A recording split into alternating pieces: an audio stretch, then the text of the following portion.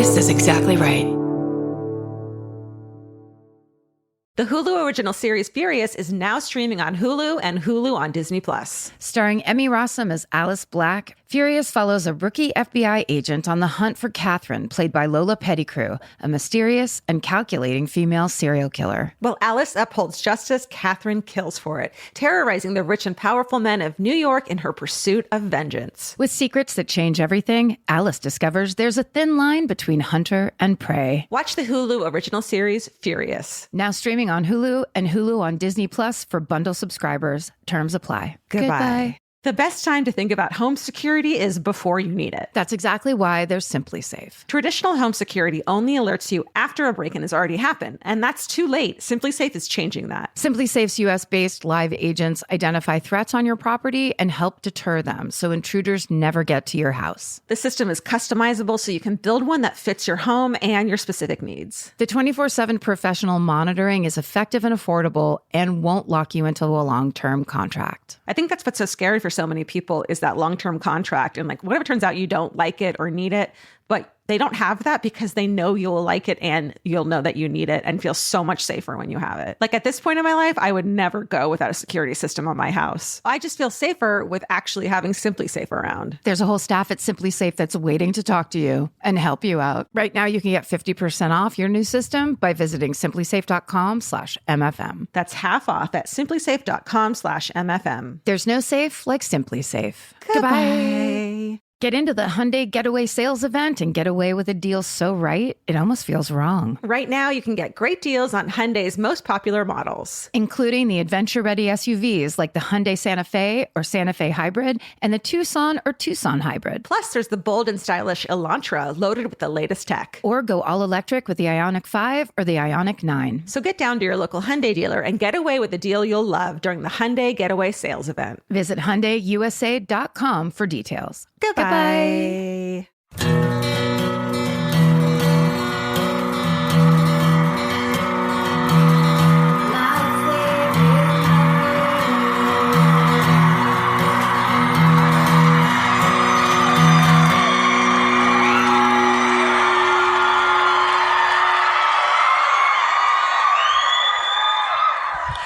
What's up, Portland?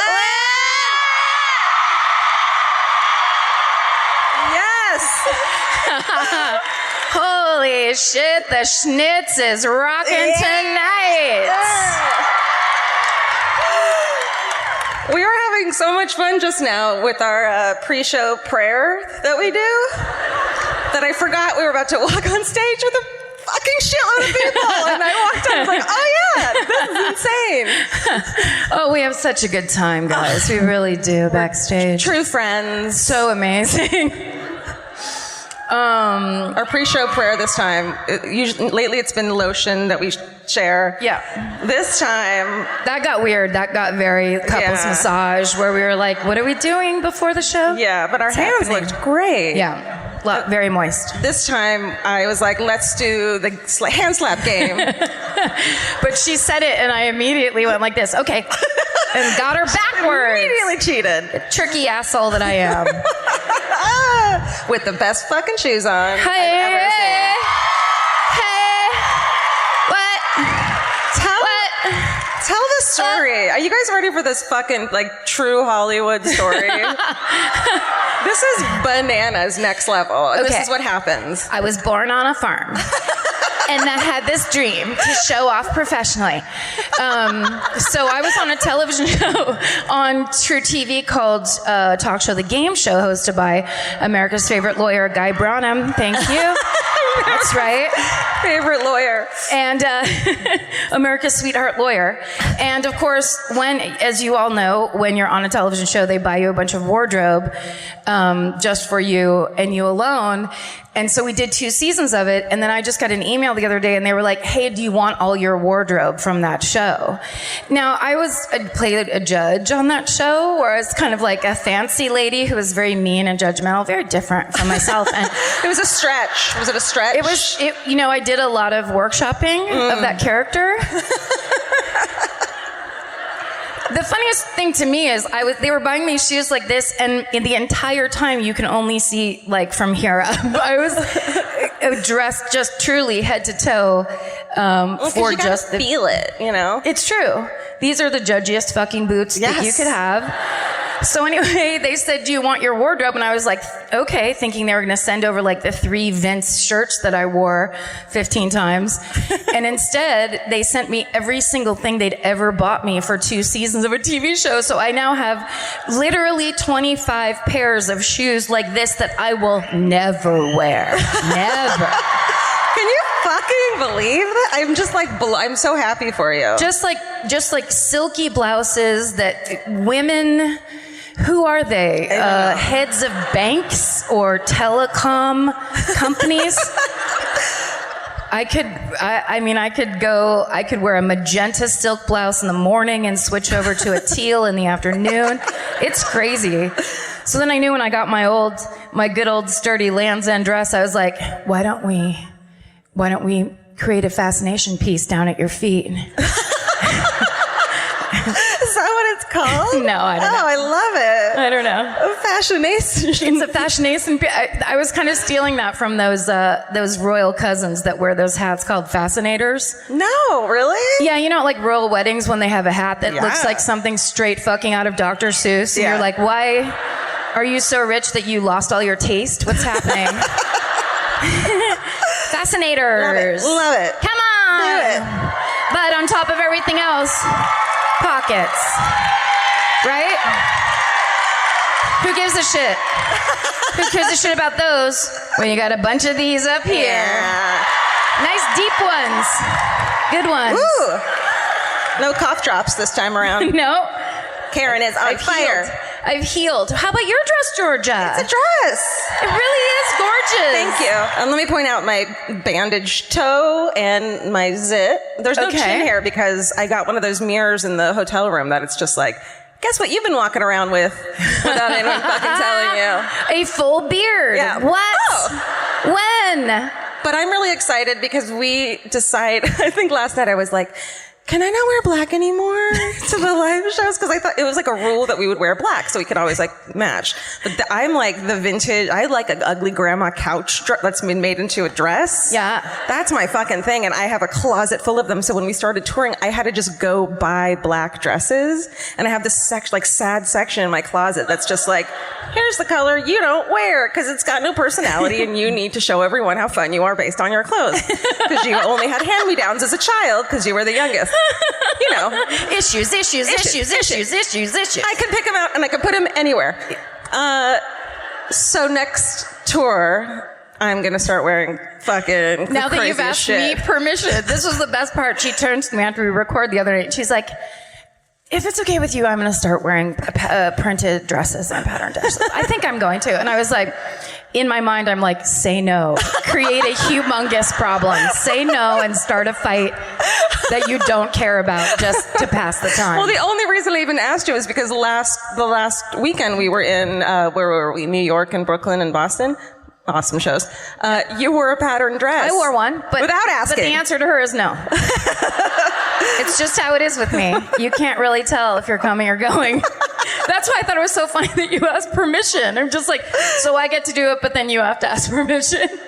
Right. I don't know. Great. Yeah. This is my ideal setup. We'll talk about it in therapy. Control. Now you've got a lot. We sing. Anyhow. Hey, how are you? How does that elbow look? Elbow looks fine. Something's going on here. Dandruff? Yeah. Do you want to flipping my hair around a lot? I don't think you have dandruff. Look, let me be honest. I missed my flight this morning. I wasn't sure if you wanted to bring it up. Of course, I always want to bring it up. Oh my God, Vince and I are sitting there near our thing, and I'm like, maybe you should just text her because Vince is like, we get to the airport the day before, and he's stressed out about it. It's truly a do's and don'ts, goofus and gallant situation where it's like Georgia and Vince are on their plane 5 minutes early, saying thank you for the coffee they're being given. Karen is pulling up in an Uber 3 minutes before the doors close. Let's see if she can get there. Also, it's everybody else's problem. I mean, that's happened to all of us. I mean- and it wasn't, and Vince, bless his heart, purposely made the flight super fucking early in case one of us, because listen, I have a hard time getting out of bed in the morning, missed the flight, and it happened, and it's fine. But it was hilarious. But I've been on that kind of like, you woke up thinking it was an hour before work and you're an hour late for work feeling. Only this is my job. So I've had this kind of weird, like, what's going on? Like all day long. When the lady told me, she was like, I tried to check in at the Alaska counter and the lady's like, the doors are closed. The flight is closed. She was saying it like I had ruined her birthday party. I was just like, this is impacting me and in no way you, right? Or am I super confused about what's happening? And then, so Vince, because he is the best tour manager of all time, I text him, I'm like, yes, we should give it up. He's, no joke, he fucking steamed this dress tonight. No fucking joke. He is the man. Yeah. He's all of our husbands. That's right. And I thank you for that. I text Vince, and I'm like, they're going to put me on the 2:00. And he immediately texts back, that will be too late. I'm booking you on a Southwest flight. So now, that's exactly right. Someone in the someone in the front row just went, oh.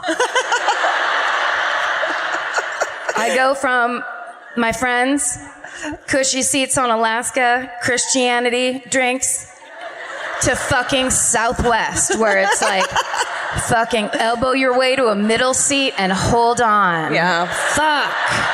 It's a bus. It is. I don't want to go back. No, I know. I don't want to go back. It was a lesson for you. Vince was like, I could put her in first class, but she needs to learn her lesson.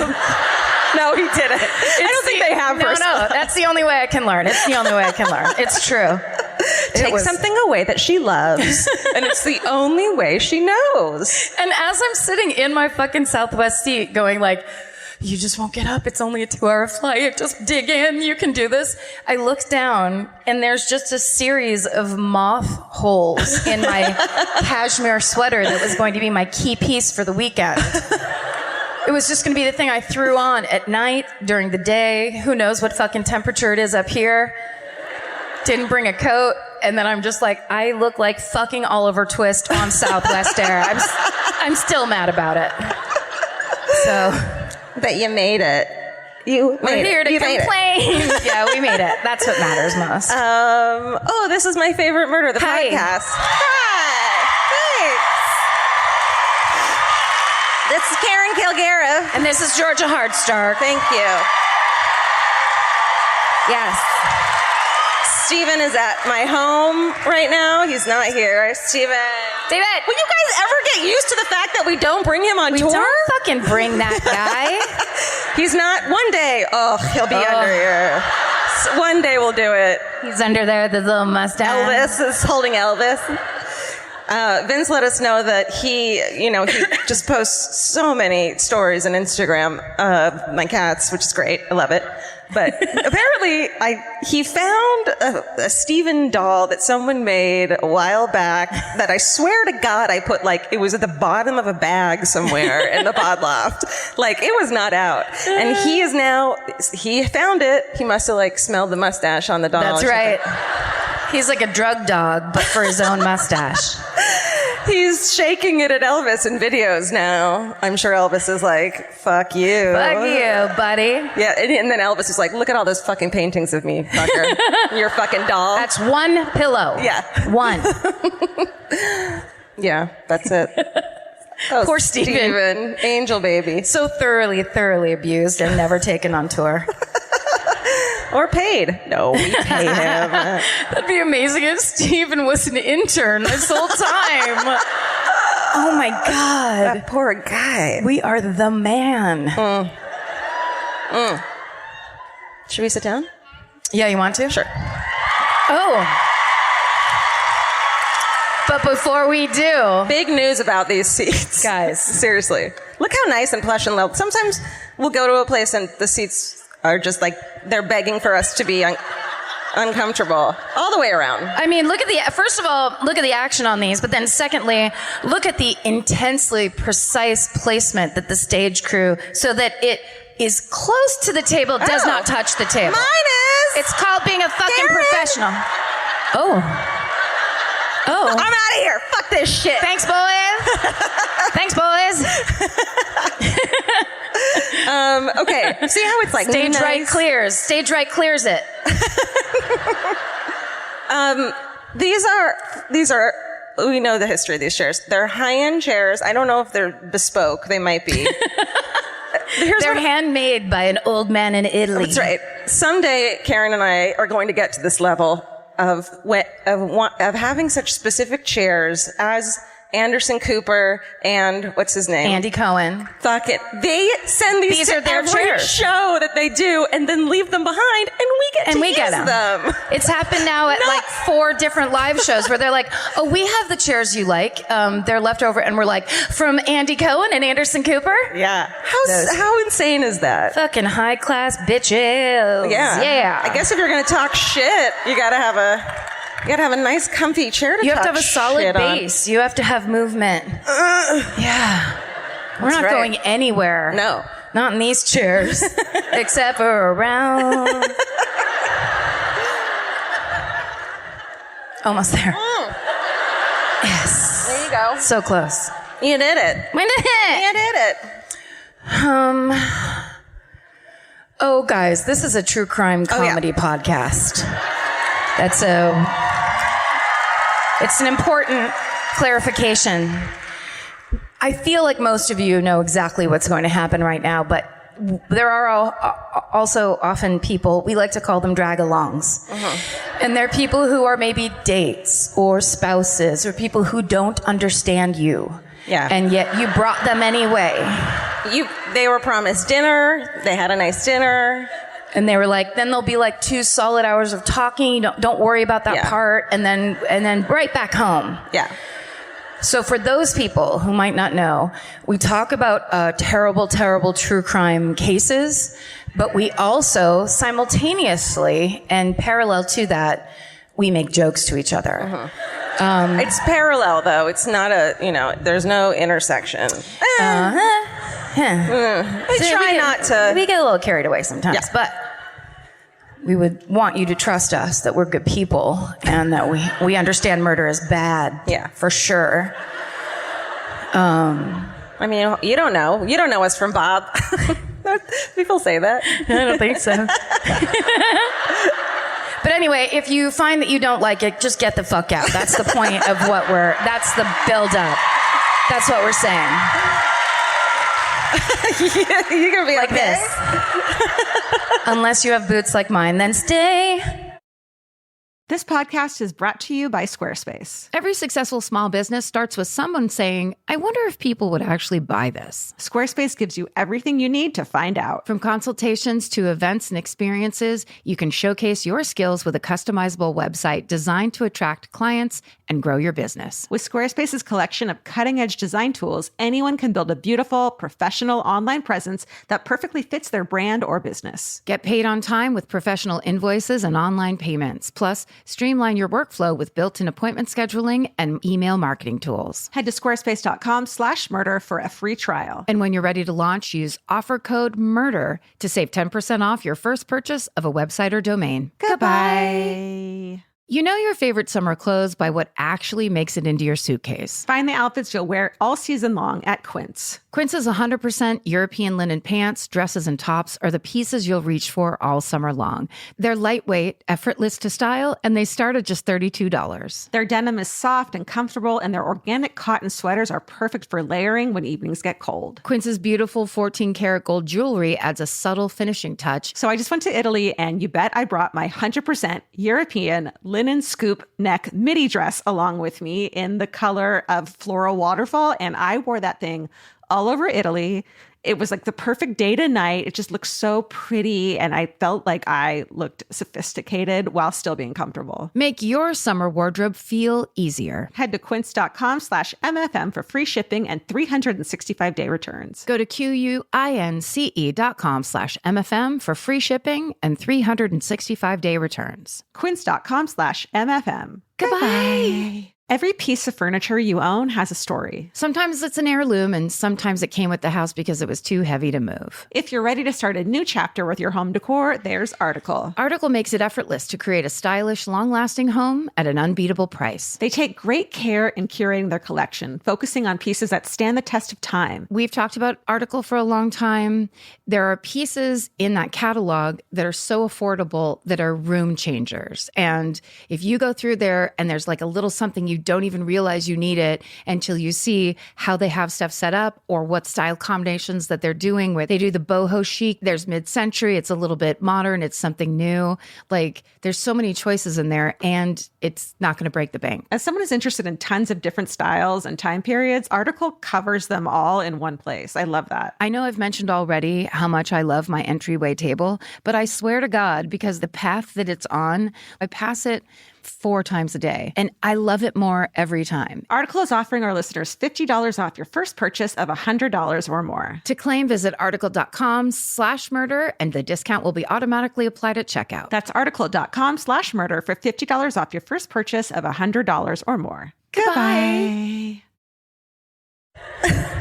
Okay, I'm first, right? Okay. All right. All right, here we go. Portland. Yes. Portland's hard, right? Say it again. I just want to say that Portland is a hard place to come up with stories because you guys have the best ones ever, which means we've already done them on the podcast for the most part. Yes, for sure. There's so many. Also, I feel like Portland, we've played Portland the most of any city live. And that's for a reason. And that's for the reason that the first show that we ever did in Portland, they had a drink special that was a tall boy beer over at the McMinimans High School. Remember? And everybody got so drunk that literally a girl threw up into the walkway and then crawled to the bathroom at our first show in Portland. Yeah. That's you, right. Portland. That's why we keep coming back for more. Yeah.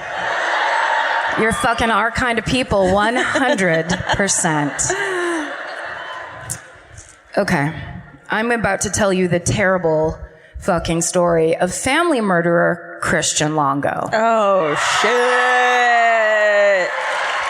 See, they're applauding Drag Along, not for the murderer, but because they want to hear Karen rip this fucking asshole apart. Right. That's all.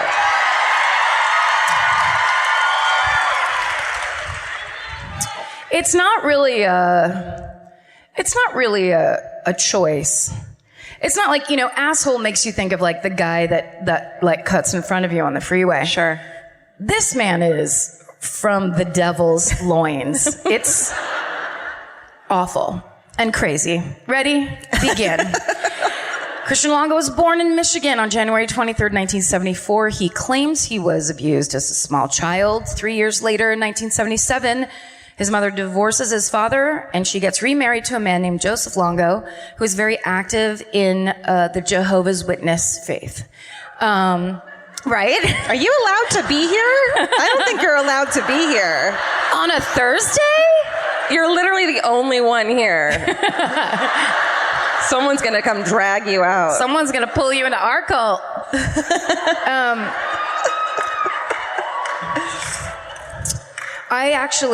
This whole story made me remember when I worked at the Gap in San Francisco with my friend Jason Lopez. Hi, Jason. Where are you, Jason Lopez? Where are you? There. Jason Lopez and I worked at every story you've heard. He's been cheering so sweetly. I've been noticing him because he's been like, yeah! And I was like, wow, that's so nice. You know why? Because he's literally seen me passed out in a gutter.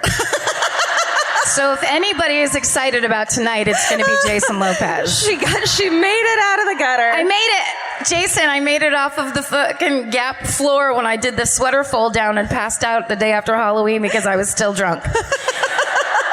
Jason, Remember? Look how far she's come, Jason. It's all because of you. Jason, remember? It's all because of you.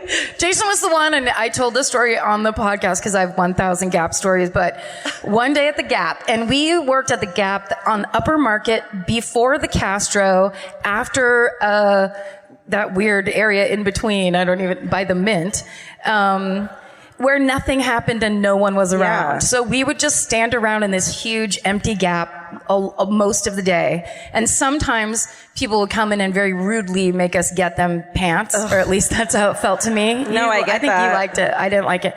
But one day we're sitting there and it's like probably hour 7 in an 8-hour shift. So I've got a nice gloss of sweat going. And I'm just like, what am I doing with my life? This is the fucking worst. And I look over. Jason's at the cash wrap. I'm at the dressing rooms. And then we look over and fucking Matt Dillon walks into the Gap. For real. For fucking real. And I was like, this is my the outsider's dream come true. How is this happening right now? And then why is it happening right now? Yeah. What the fuck is he doing here? I don't have a lick of eyeliner on. Like, this is worst case scenario. He stumbles up to the cash wrap, which is where the cash register is, kind of in the middle of the store. Cash wrap, you still call it that. Right? That's what it's called. Wait, you weren't at the cash wrap, Jason, because you were in the back of the store folding shit down, because I remember watching you dash to the cash wrap as fast as your little feet could carry you, because of course he spotted Matt Dillon the second I spotted Matt Dillon, and we were both just like, what? And then he just went and stood like on the cash wrap like this, just like, nothing, this is where I work here. I can show you socks. Matt Dillon says to our manager, Corby, a wonderful man, who was a little bit light and airy is how I would describe him. Matt Dillon says, dude, can you call me a cab? This guy's been following me for like 5 blocks. He trusted the Gap. He trusted the Gap. He had no choice. There was nothing else around. And no cell phones. And fucking before cell phones. Before internet. Before life. It was 1956. Corby. Mister, there hasn't been a Gap around here in 25 years. There hasn't been a sweater fold down around here. Our manager, Corby, does not recognize Matt Dillon and says to him, oh, totally, that happens to me all the time. Yes. Oh. And we're just like, but no. our chance to party with Matt Dillon. That's kind of the most baller thing that he could say without even fucking knowing it. Yes. Yeah, me too. Me too. Happens to me all the time. You're super hot, so am I. Let's get you a cab. Oh, but back to the story, but the reason I brought up the Gap and Jason Lopez is because remember that guy that used to work there? He was kind of like on the newer side before I quit, was fired. It's a mutual agreement. They hired this guy and he was super nice and whatever, but I remember him saying one day, he doesn't work weekends. I was like, I don't want to work weekends either. And he's like, well, I'm a Jehovah's Witness. And then in my mind, I was like, use this for future jobs. Absolutely. File as a Jehovah's Witness early. Yeah. Establish that timeline and storyline. Absolutely. Oh, so I would love to come in on Saturday, but, can't do it. See you soon. Okay. Where were we? I don't know. In 1989, Christian is 17 years old. He meets 24-year-old married Jane Baker. I'll do the math for you, 7 years as senior. I had to do it. Now I'm going to pretend you needed me to do it. Yeah, I didn't need it. I didn't need you to Not do it. at all? I could do it in my head. You had it. You had that 17 minus 24 on lock. Wait, he was 24? No, he was 17. Got it. Great, here I am. Now, just really quick, I don't really know anything about this marriage at all, the details of it. But think about the chasm of difference between being a 17-year-old boy and a 24-year-old woman. No. A high school senior No. and someone 2 fucking years out of college. No. That's something else. That's problematic. Also, like, think of being a 17-year-old and wanting to get married. Think of being a 24-year-old and wanting to get married. That's a whole nother... I can't even start to comprehend that part alone. Aren't you married? I'm fucking 38. Yeah. You know what I mean? It wasn't until I was like a hard 35 that I was like, all right, this does look okay. I've been ground down. Yeah. I met that one. I was like, okay. Yeah. Was it one day he was steaming your dress and you're like, I got to lock this up? Fucking basically. Yeah. Do not blame me. Yeah. Fuck you. I'm married. The sweatpants are out. Have you seen them? They made sweatpants. If you're new to this, they made sweatpants for us that say, fuck you, I'm married on them. We're living the dream. That's all. Yeah, we don't need fucking fancy chairs flown in everywhere. We have fucking sweatpants that say, fuck you, I'm married. And people want them. What's happening? When did we even start? What? In January 2016. Okay. Don't know. Not sure. But somewhere in my youth or childhood, we must have done something good. Thank you. Oh my God! Thank you. That was amazing. No, it was not. I loved it. Okay. I can prove it by trying it too. Do it. And then I don't know. And then I'll let you know how amazing it was based on my Pure comparison. Yes. Okay, so I wrote, what did they talk about? Jehovah. So he gets a job at a camera store and does what any teen does at their first job, begins stealing money. And he manages to keep it a secret, but he is buying himself very nice items. And so eventually someone in the church finds out and he gets in trouble at the church. His punishment is they take his duties away. That's the sentence I found. Great. I'm like, that is simply not a punishment whatsoever. Oh, you're stealing? You can no longer sweep the front walk. How's that? I hope you learn your lesson. Okay, so, but the thing is that Mary Jane finds out and she's worried because she's kind of seeing this behavior. He's very materialistic. He's very into getting things and buying. But she stays with him, and 2 years later, they get married in 1991. Then Christian seems to turn it around. He starts a construction business, which becomes successful, and he proves to the world that he's made a change for the better.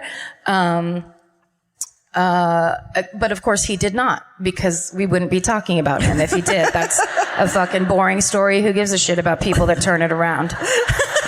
When don't we hear about those fucking people? You're supposed to turn it around. Yeah, it's like, you want a cookie for me? Yeah, exactly. You're kind of obligated to, get your shit turn your shit around, Matt Dillon.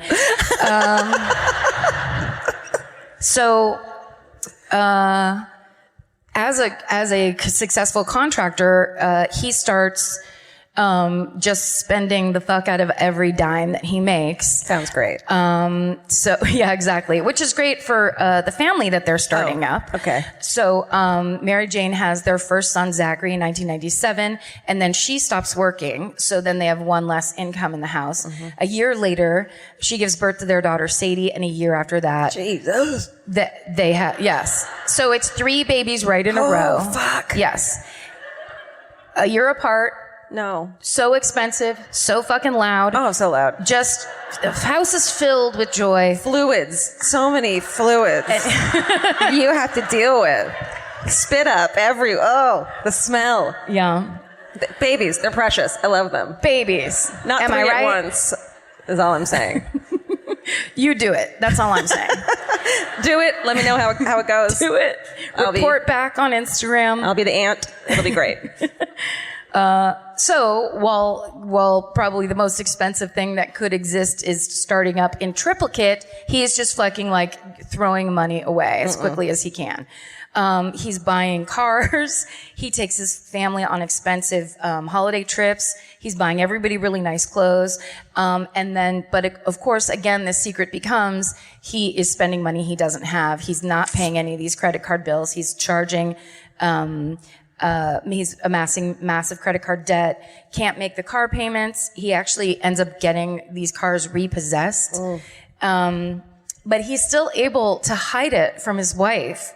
And he actually, at one point, the cars got repossessed. So then he said he was going car shopping, and he went to a car dealership, and he told Mary Jane that he was taking the car out like for a test drive, and he just kept it.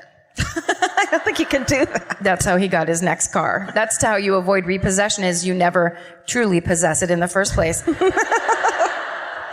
So she gets suspicious, of course. All this crazy shit's happening. They have a ton of stuff, but so she starts reading his emails, and that's They have emails? course, What year is this? 97, 98? Oh. Yeah. I don't think you needed a password then even. It's just like, That's when it was just everyone had Hotmail. you've got Hotmail. Hotmail. Enjoy it. Do you know that they recently, I had to change a password, and I found out that it was linked to my AOL account. So I tried to log on to my AOL account, and it had been canceled due to inactivity. Oh, they do that? They fucking canceled my shit. Great. On AOL. Yeah, I have a couple accounts of like old, like Photo Bucket, and like my life journal is still attached. Is it still up? And my MySpace is still attached to like my Hotmail account. Oh, yeah. So I'm just never going to see it again. Guys, please take a look at Georgia's live journal from the 90s. She writes about great stuff. Foods, feelings. I took that shit down a long time ago. All right. Well, I have a Tumblr. I just put posters from movies on there. So you go ahead and check it out. It's fucking fascinating. All of Tumblr is insane porn that I didn't sign up for, and then like some 20-year-old taking a picture of a pizza with buds of pot on the top of it. And I still visit it every day. I just love young people. I love the young. Okay. Don't tell Karen she's not with it. The young people, the young crowd. Look at my boots. I'm 85. Okay. I just realized I'm kind of dressed like, remember those old triplets? What? With the cowboy hat? No. This is only for the 50s and ups. I'm dressed like one of the old triplets. God damn it. I think you look like Pat Bennett's art. You do? I do! We saw her in a plane once, didn't we? What's that? Never mind. Go on. I honestly didn't hear you. We saw her on a plane once, didn't we? Did we? Didn't we? I didn't. Then I did. Without you. Well, how could you see her without me? I'm sorry. Okay. So we're into the wife reading the emails. Okay, great. Here we are. And in those emails, she finds out not only that her husband is up to his fucking eyeballs in horrendous debt, but that he's also been emailing other women. So romantic. How does he sign off on those emails? Best. So she confronts him, and when she does, here's what he says to her. Mm-hmm. He says, "You're not fun anymore since you had the kids. I no longer love you." Oh. Yeah. That's not. It is a good kind of like shock and awe response when someone's like, "Are you cheating on me? You're not fun. I don't love you." Is a great way to respond. Oh, Jesus. Jesus? Jehovah. Jesus? Jehovah. They also had Jesus. Do they dig Jesus? I think, are they the ones that did Jesus in Arizona? Or is that a different That's religion? Mormon. Shoot. Totally different. Oh.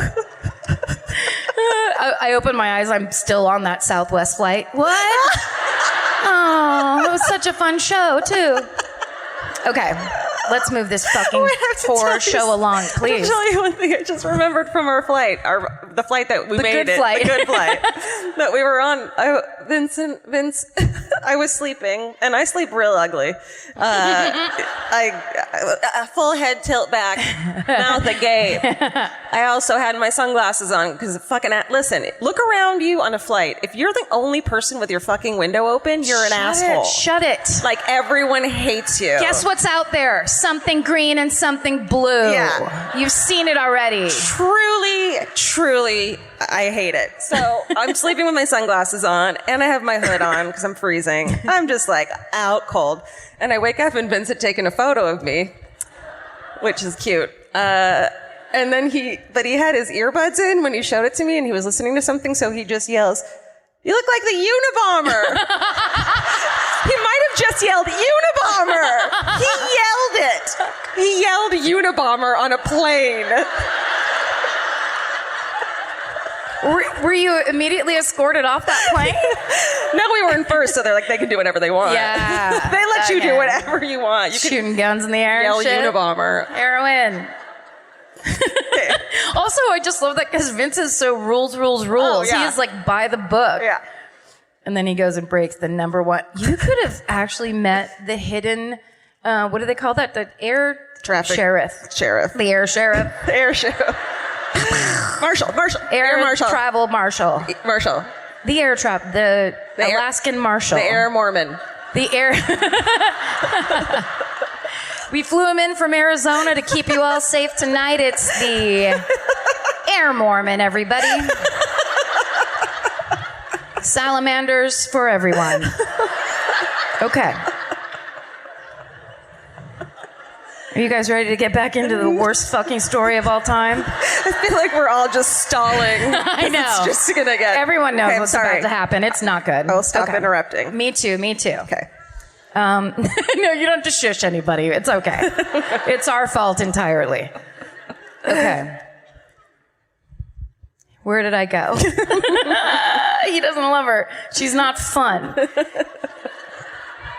I would love to meet the psycho that has 3 toddlers under the age of 3 that is fun. How many motherfucking lines of meth do you have to do in the morning to be a fun mother of 3? Ugh, fuck off. Okay. Okay, so the problem is obviously, and we tell these stories oftentimes because we're looking for patterns of like, what does early psychopathy look like? What is that kind of like insane spending without any regard for a family, insane having affairs without any regard for who you hurt? And so I think we've said that a bunch of times as part of why we like to tell these stories, because then you're like, I can spot it, and then it'll never happen to me.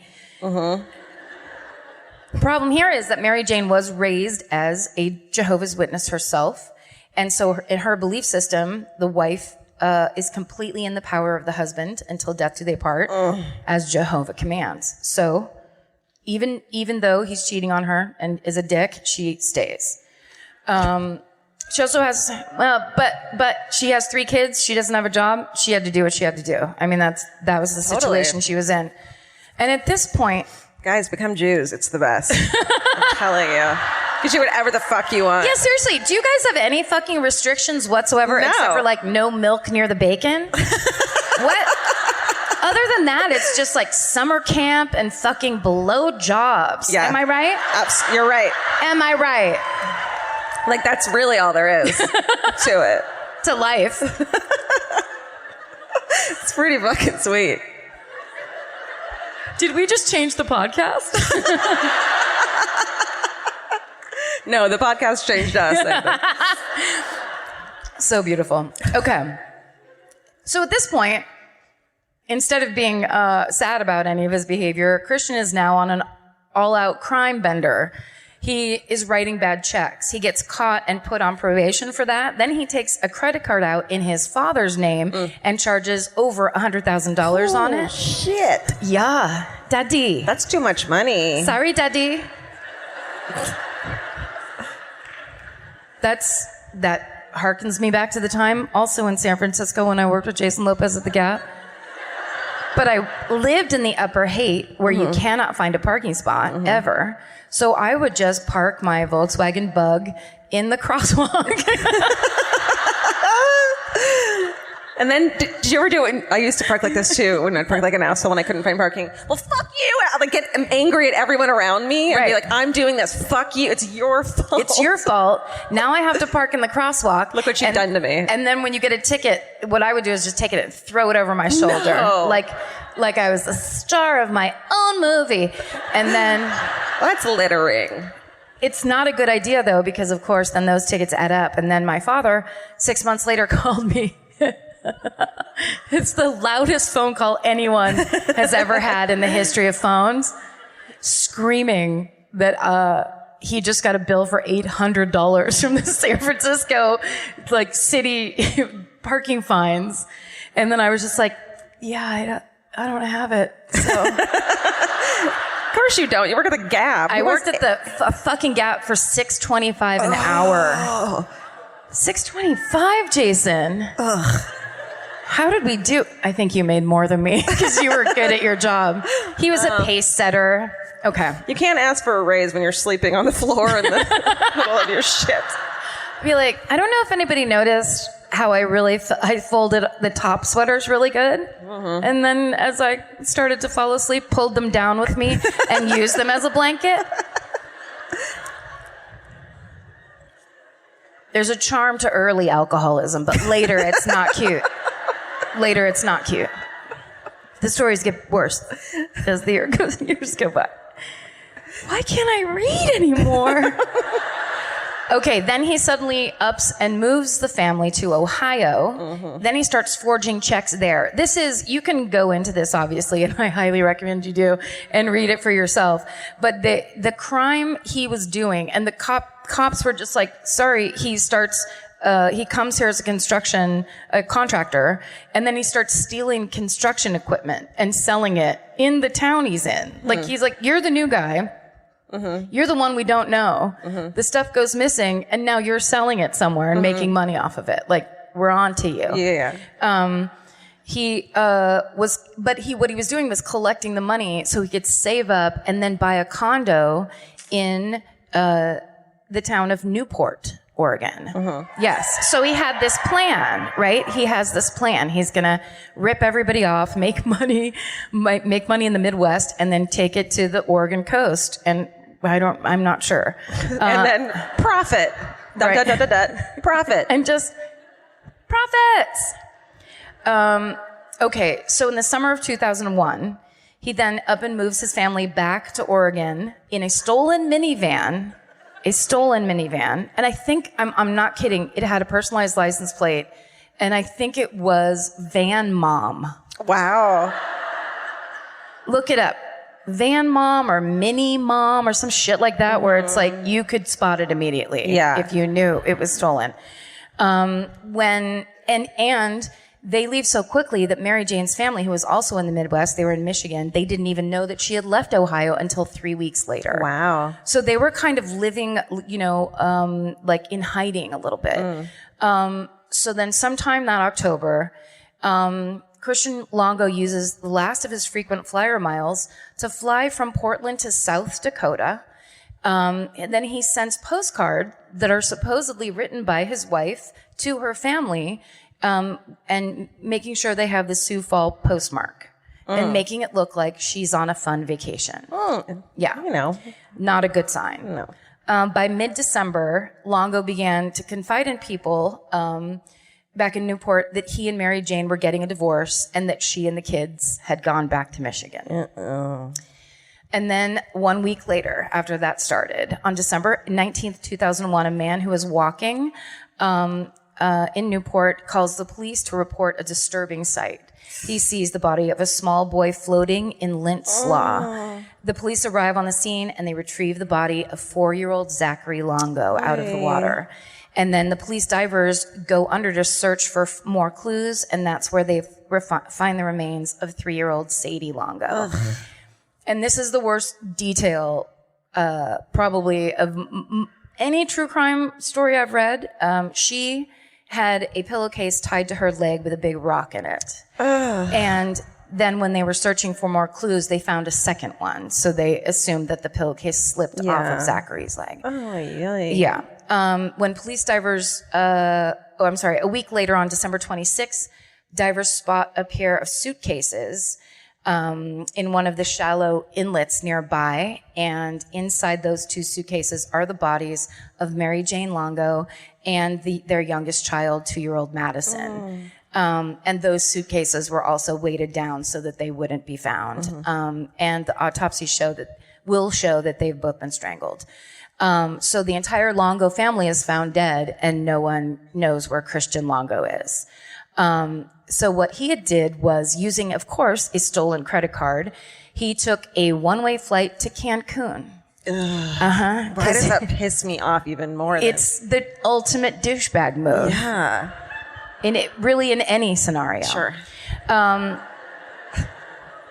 We can take a moment to breathe and judge. It's okay. He books himself into a seaside resort, and for the next 2 weeks, he hits the beach, he gets drunk, he goes to the nightclub, and he has an affair with a German photojournalist. He also takes out loans, runs up debt. He writes back checks from bogus businesses and uses a fake ID to keep the creditors at bay. And all of this he was doing while claiming to be a man named Michael Finkel, who was a writer for the New York Times. Oh, wow, right. Yes. Do you have photos? Oh, yeah. I forgot there were photos. Remember. Oh, look how close we are to this. I know. Nice. It's right in front of us. Oh. That's the supposedly happy family. Okay, let me see his stupid face. Ugh. So awful. Fucking shit-eating grin. Douchebag. Look at that stupid fucking face. Oh, I bet you these were the pictures that I was like, why would Steven pick these 3 pictures? But now I'm realizing it's one side of his face, the other, and then the front. In the we're looking for this guy. It's probably what the police put together. Yeah. It's not Steven doing a fucking collage of photos. Look at how quickly I want to jump down Steven's throat about what do you, look, I don't need every picture of Christian Longo. Okay. Well, let's not go any further. Okay. Before we go any further, this is this is where it's just bizarre.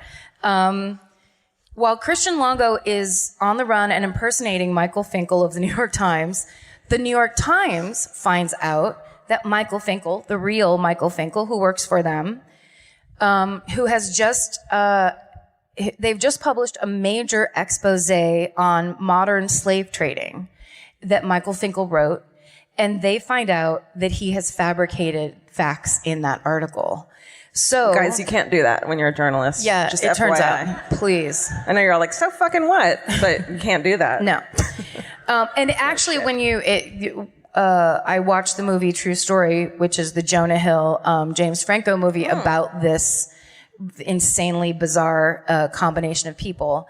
And he basically didn't know the name of one guy and said that one guy was the name of the other guy. So it was just he's not the worst person in the world. Let's just say that. Okay. But he gets fired from the New York Times because you're not allowed to do that. And he gets shamed out of journalism circles everywhere. And he just basically moves back home.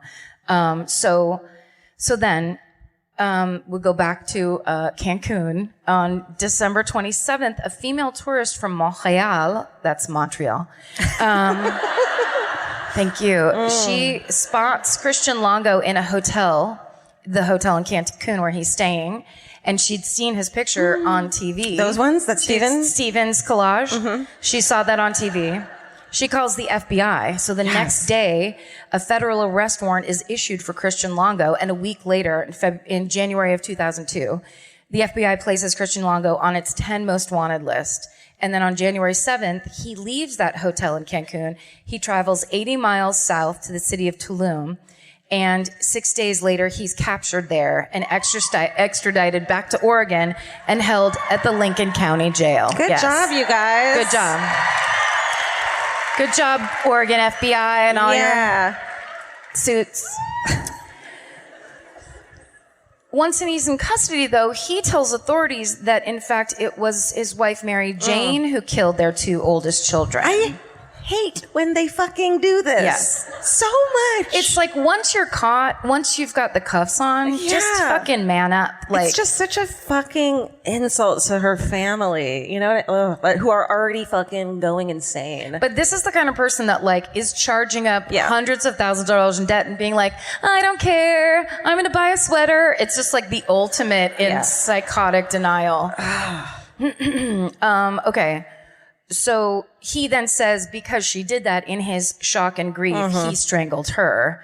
And then when the police are like, okay, but then what about your 2-year-old child? He fucking tells them that he strangled her because he felt so hopeless for her, which I'm sure everyone had to leave the room and go punch a wall in the hallway. Yeah. So after a month-long trial in 2003, the jury deliberates for 5 hours and then convicts Christian Longo on every charge, and they sentence him to death. Yeah.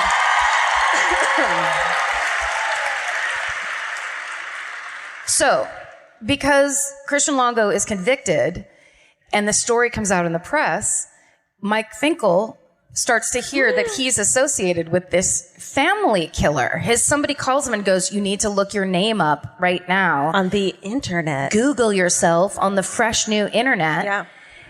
And of course, because he's an investigative reporter, he immediately delves into it, is obsessed, flies to Oregon, and arranges to meet with Christian Longo face to face. Banana, like what a coincidence that he uses his name. Something fucking happens. It's crazy. Bananas. Well, and also there's lots of, over a series of jailhouse interviews and conversations, Christian Longo finally confesses to Michael Finkel that he killed his entire family. Holy shit. So he doesn't tell the cops, he's lying, he's denying, he's doing all this shit. And then with this series of conversations that they have. And that's what that movie True Stories is all about. I'm not sure if you're a fan of Jonah Hill. I'm really enjoying him lately. And he's very good in this movie. I could see him playing shitface over here. No. That shitface is James Franco, of course. Yes. No. Honey. Jonah Hill's lost a lot of weight. No, this was from before. Okay. This was more super bad Jonah that's getting serious about acting and wears glasses. Oh, the glasses times. But you guys may have seen it already or know about it or worked on it or written it, but there's a new Gus Van Sant movie about the illustrator John Callahan. And I thought they filmed it here. It's so good. If you get a chance to watch it, it's called He Won't Get Far on Foot. And it's John Callahan is a New Yorker cartoonist who was a quadriplegic. And he basically becomes a quadriplegic and then is a terrible alcoholic, of course. And then he joins AA, and Jonah Hill plays this unbelievable character as the AA leader who seems to be either gay or maybe the Archangel Michael. You can't figure out, like, his stance is very ethereal and like, I am going to say the thing that makes you understand. Did you like that I laughed and smiled as if I fucking know anything about an archangel? I'm Jewish. You know that. I've got to tell you, that's in fucking Old Testament, baby. Okay. That's the oldest of testaments. Yeah, but being Jewish means you don't actually have to study the Torah. You have to study the Torah. Remember yesterday when I was like, what says angel who gives the peace sign? George goes, oh, it's one of these saint guys that's giving the peace sign. I go, is he going like this? That's just what they make Jesus' hand do automatically. It's not. I thought he's not like piecing anybody out. I mean, I knew, but I was just like, it looks like he's. They're gonna crucify me, baby. Peace out. I'm out. Yeah. I'm out. I'll be back for your benefit. Later days now. You can thank me later when I come back. So it turns out in 2005, Michael Finkel publishes a book about those conversations with Longo. It's called True Story, Murder, Memoir, Mea Culpa. So that's him. That's Michael Finkel. That guy looks like fucking Franco. I'm telling you. This is miscast. I demand a reshoot. A little Ira Glassy, too. He's a bit. This is a really up close photo. Move on. I feel like this is more of a Fred Armisen character, really. Oh my God. Isn't it? Like, It's the guy that never blinks. That Fred Armisen character. He doesn't totally open or close his mouth all the way. He just kind of talks like this. The guy that has a false upper and lower jaw. Oh. Hey, and I like to open my mouth.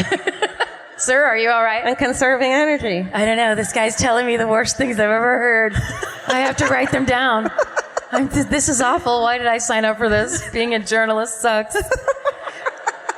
So here's his book. Oh, it looks like ours, kind of. Doesn't it look like our book cover, kind of? Guys, this looks like our book. It does. Oops.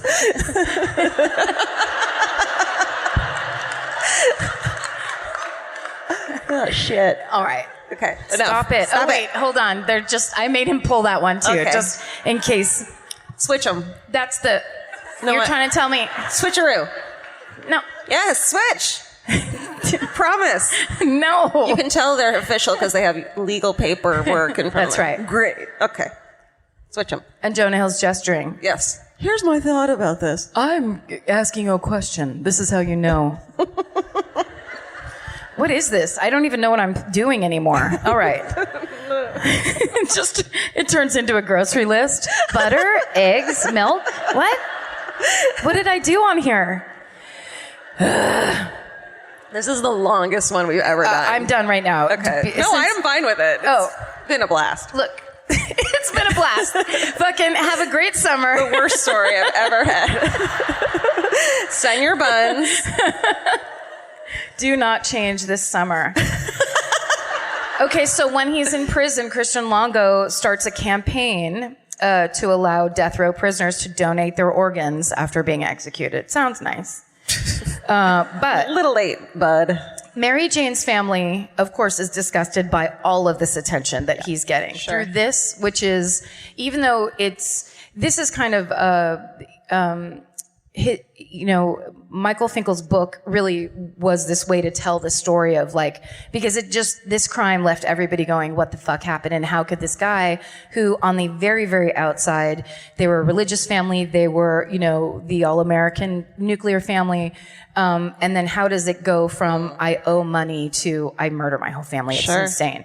But at the same time, when you do that, then you also are bringing him into the news feed, into the news cycle, Giving him this attention that he craves and making him seem important and shit. right? And there was an Esquire whole thing done about him. He was in the news constantly. Yeah. And then when that kind of died off, then he started this program. So Mary Jane's family, they were disgusted by all of it. They kept saying, you're just feeding the monster. You're feeding this monster. And this is what you're giving him what he wants, even though he's still in jail. Mm-hmm. And they also believe that his involvement in this organ donor cause is, quote, one last attempt at a ruse from a homicidally nightmarish con man. In 2011, Oregon put a moratorium on executions, so Christian Longo remains in prison for life. And that is the story of family murderer Christian Longo. Holy shit. Yeah.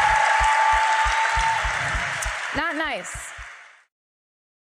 Get into the Hyundai Getaway Sales Event and get away with a deal so right it almost feels wrong. Right now, you can get great deals on Hyundai's most popular models, from hybrids to EVs and more. Score on the adventure-ready SUVs like the Hyundai Kona, Tucson, Santa Fe, or Palisade, or the bold and tech-inspired Elantra. And the most advanced and capable Sonata or Sonata Hybrid yet. Or go all-electric with the Ioniq 5 or Ioniq 9. But getting away with a great deal is just the beginning, because every new Hyundai is backed by America's best warranty. Which means you can shop with confidence and drive with unrivaled peace of mind. So get down to your local Hyundai dealer and get away with a deal you'll truly love, but don't wait. The Hyundai Getaway Sales Event won't be around for long. Visit HyundaiUSA.com now for details. Goodbye. This episode is supported by FX's The Shards, a seductive drama from executive producer Ryan Murphy. Set in 1980s Los Angeles, the series follows a group of glamorous, deeply entangled high school seniors drawn into a life of wealth, beauty, parties, and excess. At its center is Brett, whose reality begins to unravel when the arrival of a new student coincides with a series of mysterious murders. FX's The Shards premieres August 5th on FX and Hulu. Goodbye.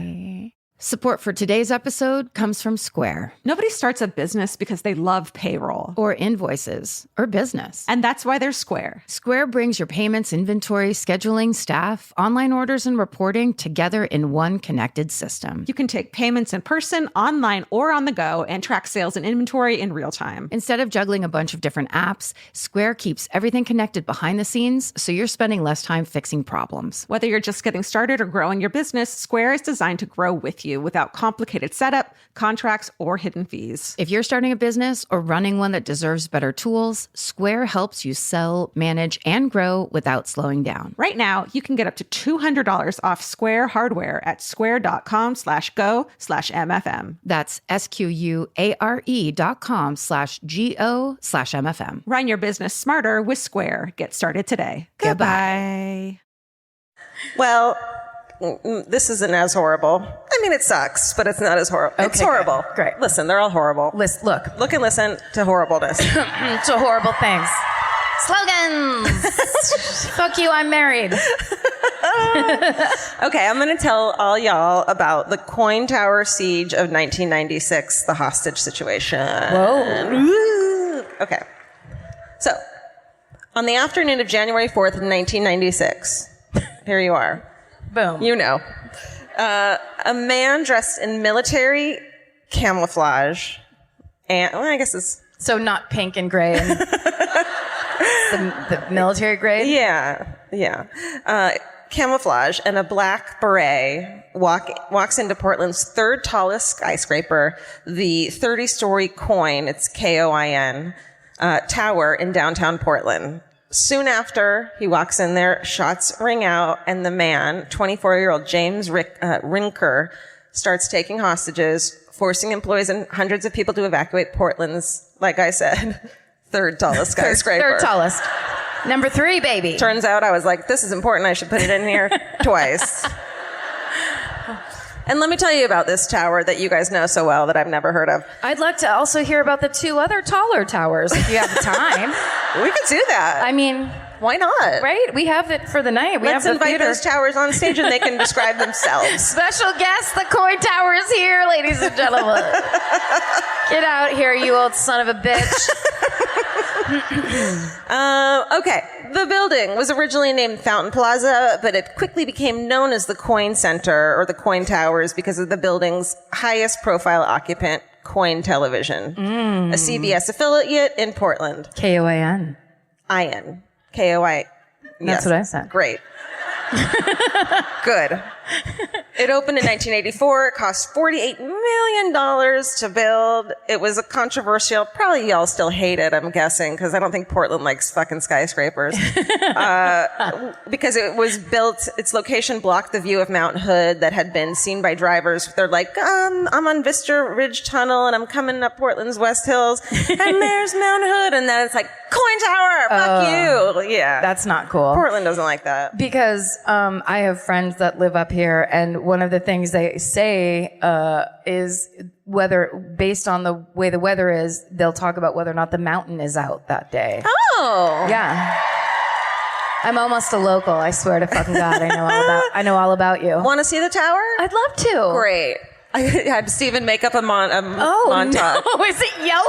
Is it corn yellow? No, I think it's just the sun is just like, it looks like what is that, a khaki, a baby shit brown? What? No wonder everyone's mad up here. It's 35 floors now. It was 30 back when this happened. Oh, so they added 5 fucking floors of bullshit to your Sweet. tower, y'all. Sorry. Lame. We got it, Los Angeles. They were like, oh, some people over there can still see the mountain. Jack up those floors. That's right. All right, so here we are in 1996, and this dude, Rinker, James, he had been fired in the weeks before he stormed the building from he had been fired from a courier service that was operating in the building because of customer complaints about him, and of course, mainly from women, so I'm sure he was a fucking creep. Maybe it was just that beanie. 2 of these complaints had been from women who worked in the tower and accepted deliveries from him. Oh, I get it. So he was like the dude, and they would sign packages. Yeah, that makes sense. As a young dude, he was arrested for fighting with police officers, later committed to psychiatric care. He was diagnosed as having delusional, homicidal, and suicidal tendencies. He was described by friends and coworkers as short-tempered and fond of guns. Not a good mix. That's quite a combination. Pick neither. I was going to be like, pick one, but I don't like either of them. No, the option is neither. Neither. I don't say neither. Oh. But let's not call the whole thing off. His roommate said he dreamed of starting a cult. I mean, who amongst us? Right. That's the dream. Yeah. And loved the idea of living in a commune. Wait, what? I bet you anything, living in a commune sucks more than you fucking think it does. Yeah. The smell alone. Yeah. I feel like the very hippie-based vibe of living in a commune, it goes against fighting cops and loving guns. Yeah. Well, I guess if you're doing like a military end of days kind of one, it works, right? Yeah, maybe. Listen. Let's see. Look. Do your own thing. Okay. Except for this. But not this. His mother said that he the night before the shootings had called his sister and said that he had been considering suicide. So Rinker enters the KOIN Tower through the basement loading dock for the KOIN Center cinemas and fucking fires off a dozen rounds immediately when he goes in. He's wearing fatigues, like I said, but he had no prior military experience. It seemed like he just was like fucking cosplaying. Yeah. Thank you. He first shoots. That's what it is. It's sad. It sucks. He shoots an employee of the theater who's fucking already in the basement loading dock, so you know he's like a low rung, probably taking the trash out. He has to work at a theater. I'm sure he makes $6.25. Like, what a bummer. And then he gets fucking shot. He survives. It's fine. Okay. I mean, what a bummer for him. Did he get shot in a little red polyester vest? I bet he fucking did with his name tag. That's when I worked at the movie theater I worked at.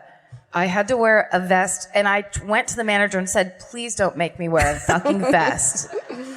You should have said, "I'm a Jehovah's Witness." And we don't wear vests. This is against everyone's religion. Yeah. All around the world. That's right. We don't vest this up. No. Leave it alone. Do you want to sell the extra large popcorn? Let me live my life. Okay, so this guy, Alan Kolkimo, he's 24. Wait, from the song? Kolkimo. I bet it's Kolkimo. Okay. Kolkimo. If he spells it like he says it, it's Kolkimo. Okay. We'll just assume that's what he's doing. He's 24. He's of Beaverton. And, that's right. No one likes Beaverton. You couldn't even fake it. They couldn't even fake it. They tried to fake it. That was nice. But that was insincere. We were going to go visit there tomorrow, but I guess we won't now. We're calling off the day trip to... No, it's too late. Now we're going Okay. So he's fucking shot twice in the back. This fucking poor dude in a vest. From the movie theater? Yeah. And then this other guy, Howard Barley, he's 45. He's from Milwaukee. He's a delivery man. Oh, but Milwaukee's okay? No. It's actually a lovely, lovely city. So much better than Beaverton. So much better. So this dude is a delivery man. He's just dropping some shit off at the theater, and he's like, fuck this shit, gets shot too. He runs face to face with the Rinker at the elevators down there. And he runs, and then he says, quote, "All I heard was bam, bam, bam. And like I said, I don't know how many times he's got to sound like this, right? I went to plant my leg down, and that's when I went straight to the ground." I don't know what a Milwaukee accent sounds like. That was dead on. Thank you.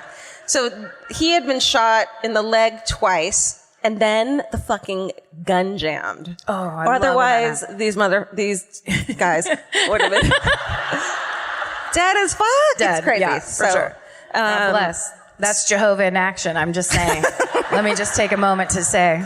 Thank you to the Mormon Jehovah. Okay. This guy Barley drags himself to safety, and Rinker leaves the basement garage, makes his way to the fucking lobby and his goal destination, the main elevators. His plan was to get to the upper floors and to the 2 women at the law firm who he blamed for getting him fired as a courier. Yeah, it's absolutely not their fault that you're a fucking creep. Yeah. Maybe it's the guns. Maybe it's the beret. Maybe it's the camouflage. Maybe it's, Keep going. on and on.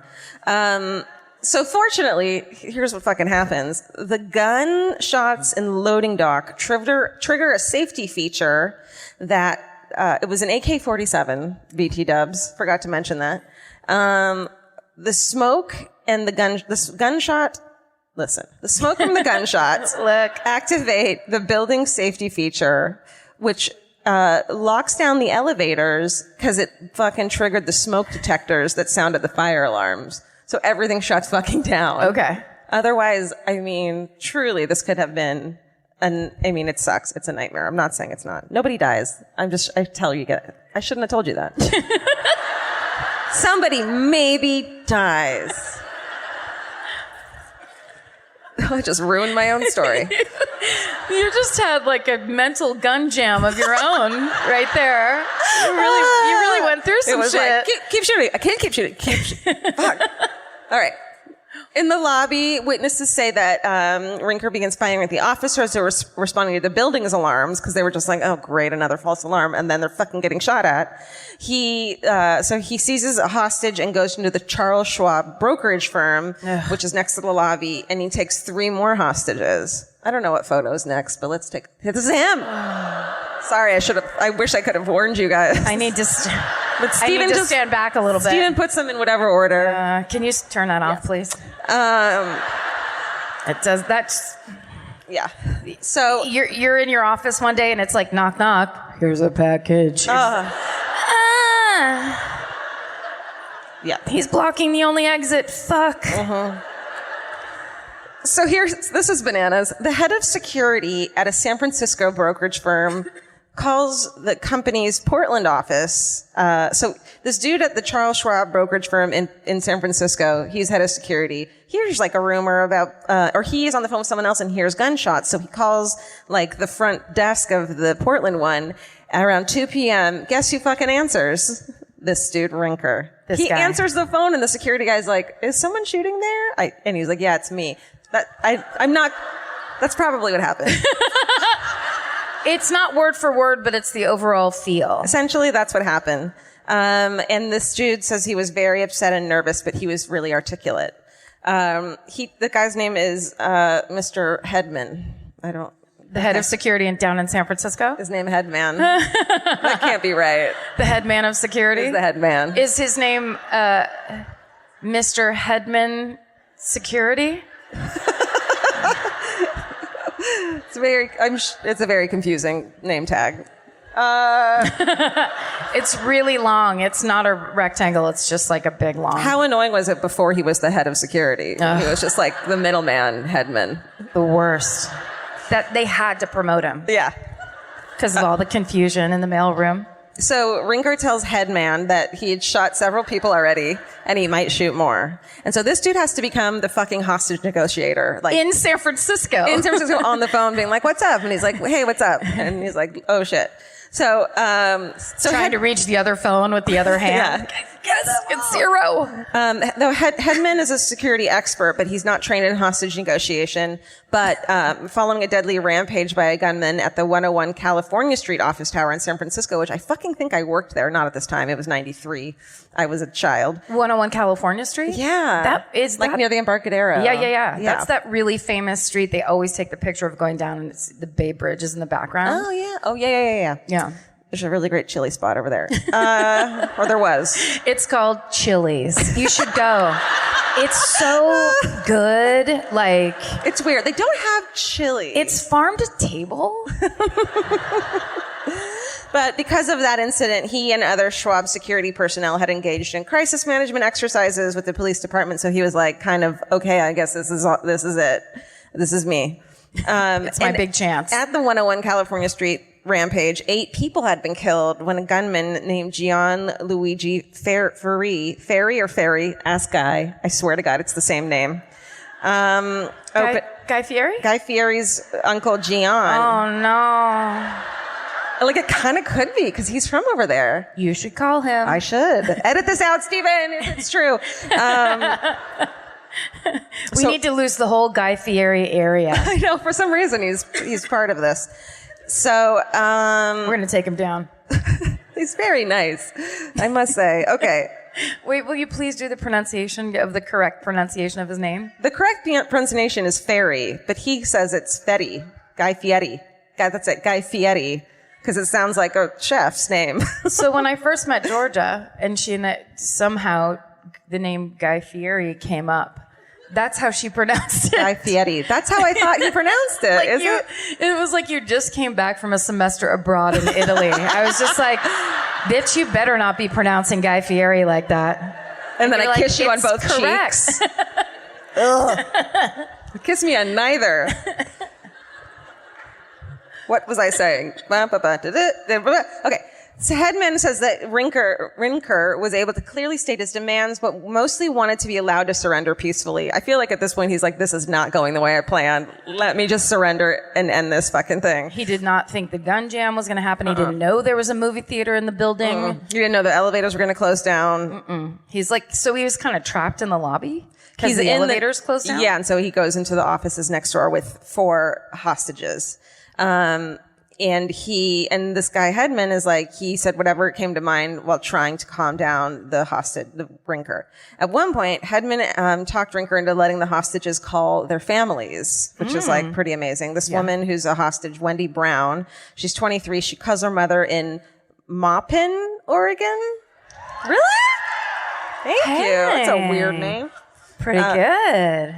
Wendy's mom says, quote, they allowed her to call me and tell me she loved me and goodbye. You could hear a man yelling behind her. I told her I loved her and I couldn't believe I was hearing this. That's all she could tell me. He said she had 5 minutes. I could hear him yelling to get off the phone. I know. Do I have 5 fucking minutes or not? That's what I would have said. Uncontrollably. I can't, in a situation like that, I would have bitched out the hardest I ever have in my life. It would have clicked onto a thing where, like, fighting with my sister where I just can't control it. Like, you said I have 5 minutes. Yeah. It's only been 3. Can't you tell time? Stop pointing that gun at me.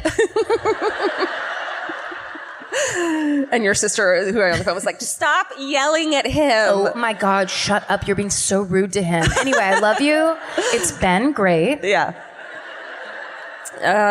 One of the hostages is a stockbroker named Ken Aiken. Isn't that a famous person?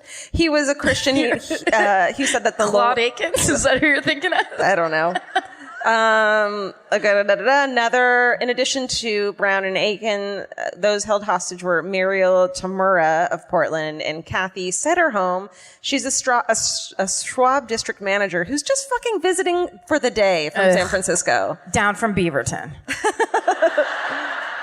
She's from San Francisco, so she's like, didn't I just go through? Like, she must have. No. I don't know. We gotta ask her. Kathy. At the height of the incident, Rinker starts fucking spraying gunshots at officers in the lobby, and the SWAT team surrounds the building. Nearby streets are cordoned off. Hostage negotiators are brought in, real ones. Here's people running. Holy shit. I just love how vintage this is. This is so like, this is so 93. It was like it was 50 years ago. I know. Look at those billowy, blousy clothes. Hair is everywhere. You used to just be able to wear like a wide leg pant and no one cared.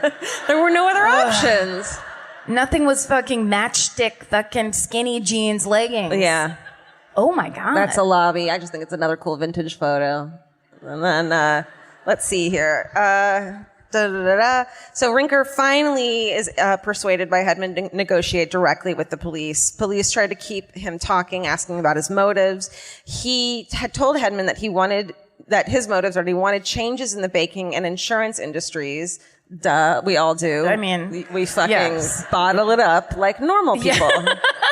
Bottle up and pay your fucking checking fees. Right. Like everybody. Right. But I guess he didn't realize, and this is mentioned all the time as like a fuck you to this guy, that Charles Schwab brokerage was involved in neither the banking or insurance industry. Oh. Then Police. it's like, what do you do then, Charles? What do you fucking do? Am I supposed to Schwab the floors, or I don't know? What does Schwab mean? What does Schwab even mean? Is Schwab like when you put the chicken on the rotisserie and there's like certain herbs? Or you Schwab out your ears after a shower?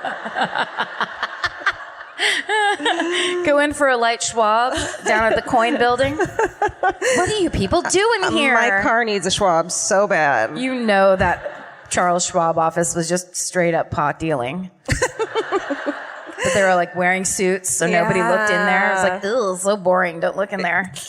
All weed. They discovered that he has some anger issues, they call it, with the government, the media, banks, large financial institutions, and law enforcement. Again, who among us? I mean, just bury it, vote, and, that's it. That's all you can do. Yes. What did you think I said? It's very important. Georgia said vote, which is true, but I thought she said Vogue, which is also important. Come on. Come on. Vogue. Anti-establishmentarianism. That's also a list of people that guy hates. Greta Garbo, Ammon Rowe, Dietrich and DiMaggio, the cops, the banks, the man, the devil. He hates the devil. Sure. I hate people who hate a bunch of people. Meanwhile, so there's 3 other workers fucking hiding in the office at the time that he doesn't even know about, which I'm like, they had to piss on the floor under their desks. That's the first thing I thought of, right? Yes, always.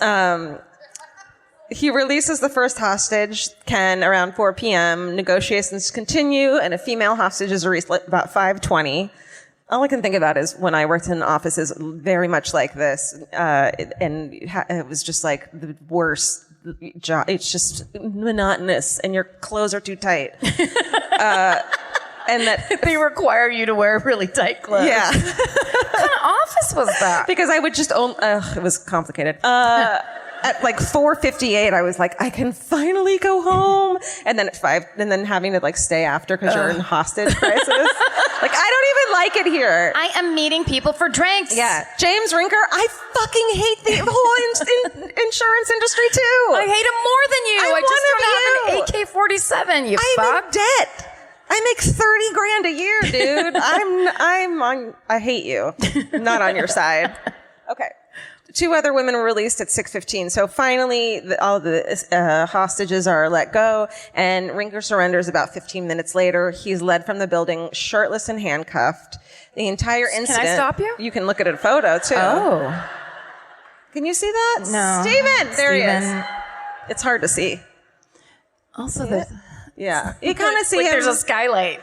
I can't. The guy who looks like he's starting at the YMCA. Yes, I see. It's not why. That's right. That's actually him. He's not roller skating. No. He's coming out with his hands up. Yeah. Okay. All right. The incident lasted 4.5 hours. So those dudes under those fucking desks are just pissing in the corner. Yeah. Amazingly, and you're going to be really surprised by this, everyone survived. Yay. It's a good feeling. That's good. Yeah. Both men who had been shot in the basement loading dock, Alan and Howard, they survived.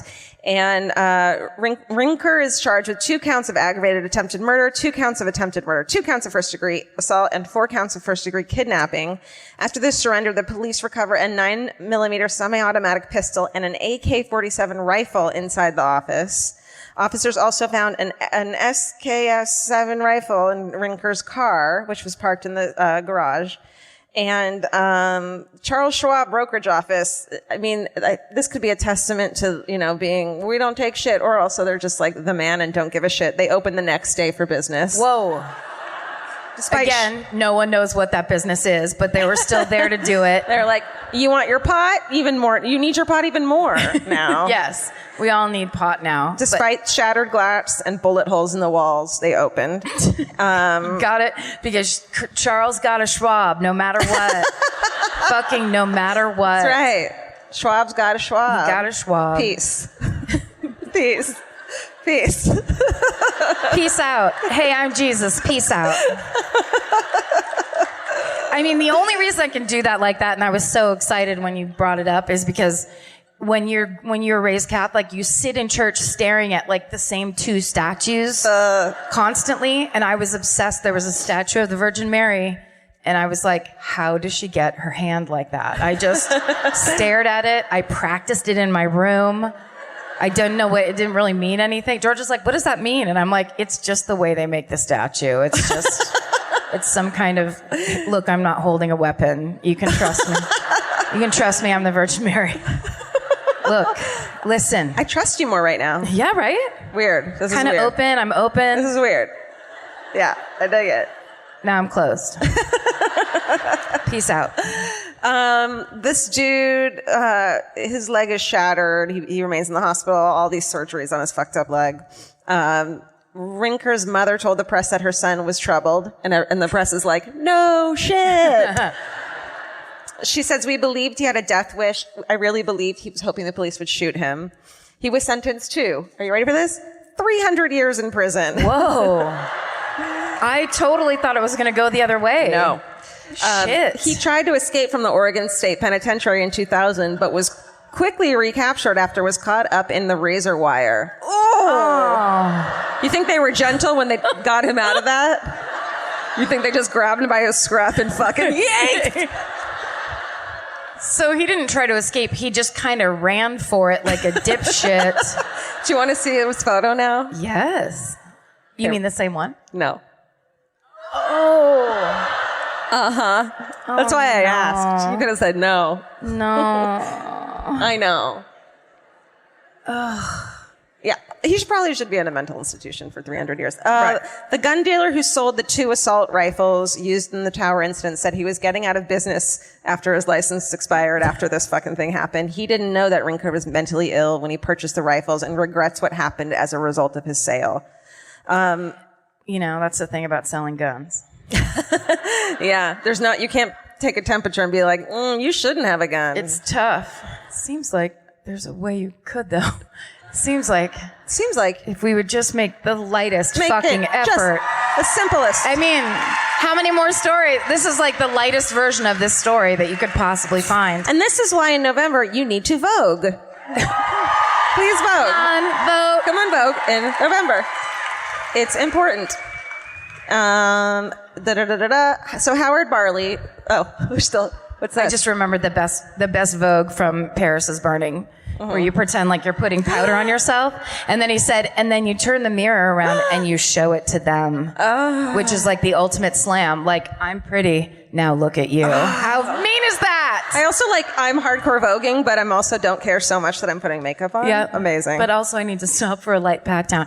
Please watch the documentary Paris is Burning if you haven't. It's the best thing. Amazing. It's the best thing ever. I want to. Okay.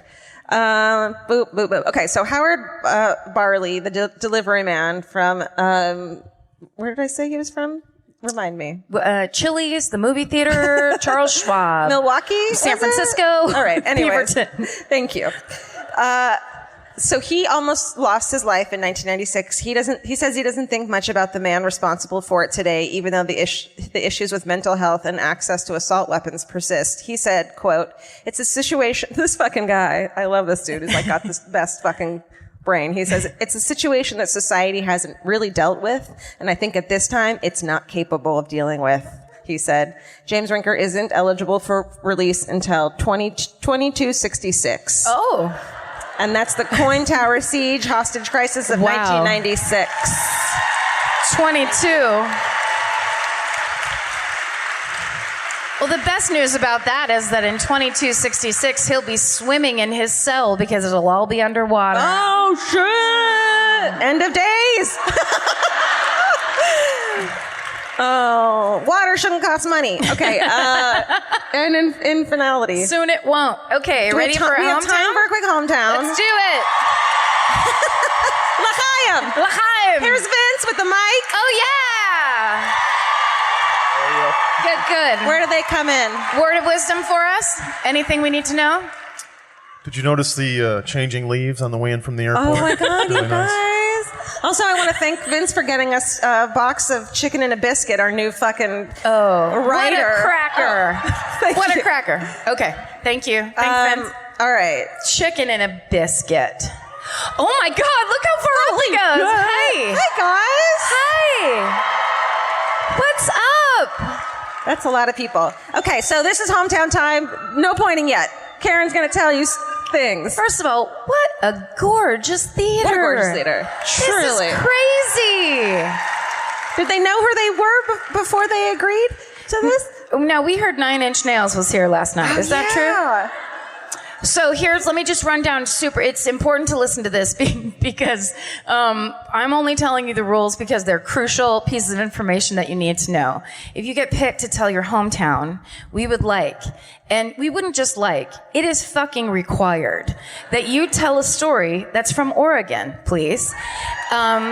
Now, you can't slip by that rule and say, I'm from Oregon, this story's from Florida, it's because close. We'll all hate you. So please have it be a local story. Please know the story. Please don't be so drunk that you forget the story in the middle and start giggling and then say hi to your friend and do some shout outs. Please make sure the story has a beginning, a middle, and an end. Usually, if you have to muck around in the middle, at least know what happened to the person who did the thing so that we all have a little relief. We could put a button on it before the night ends. And what's the best one of all? Everyone hates you. If you get picked, everyone hates you. So keep it quick. And now, does anyone have a hometown story that they would like? Just feel it. Your friend is raising his hand. Okay. Who? Karen, you pick. I'm scared. Okay, white shirt that's screaming. Yeah, way back there. White shirt. Don't encourage screamers. Come around the front. Yeah, but she's so far away. How Come would this she way know? around the front. Yeah. And then through here. Everyone, pick up your drink up in the front row here and hand it to me. This way. And then there is over to that way. So close. Yeah, Ashley made it. She did it. Ashley did it. The balcony sent Ashley down as their representative, and she fucking made it. Ashley, I don't know, is that your name? It says Ashley Bitcherman. Is your name Ashley? It really is Ashley. Say hi to Ashley, everybody. Come on here. Is it Ashley Bitcherman? That's what Georgia asked. No, you're not a bitcherman? Close. Okay. Turn the lights down so she doesn't freak the fuck out. Yeah. Don't look up there. Don't look up there. Don't look. There's nobody here. Look It's at us. so many people. I know, it's a ton of all people. your friends and family. It's all your friends from the internet. Yeah, pretty much. Ashley, where are you from? Milwaukee, Oregon. Oh, so this Thank is God. Wait, is there a Milwaukee, Oregon? There is, yeah. What? You guys tricked me. So this is a Milwaukee accent. Oh, shit. I got tricked hard. This reminds me. That's right. Oh, my God. That's right. That reminds me when we were in Boston and I was doing a story and it was like, she was from Avon. And I was like, I need to look up if Avon is a place or if she was an Avon lady.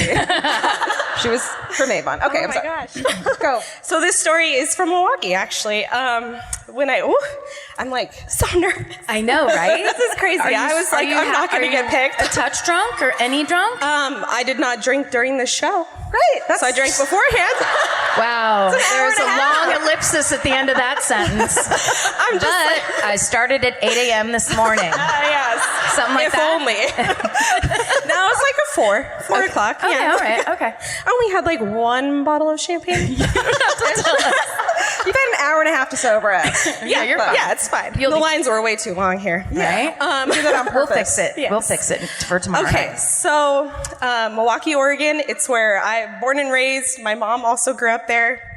I feel like my voice is shaking. Don't think about it. Don't get in your head. Okay. It's okay. That makes them like So, Milwaukee, Oregon, I graduated from Rex Putnam High School, which is, woo!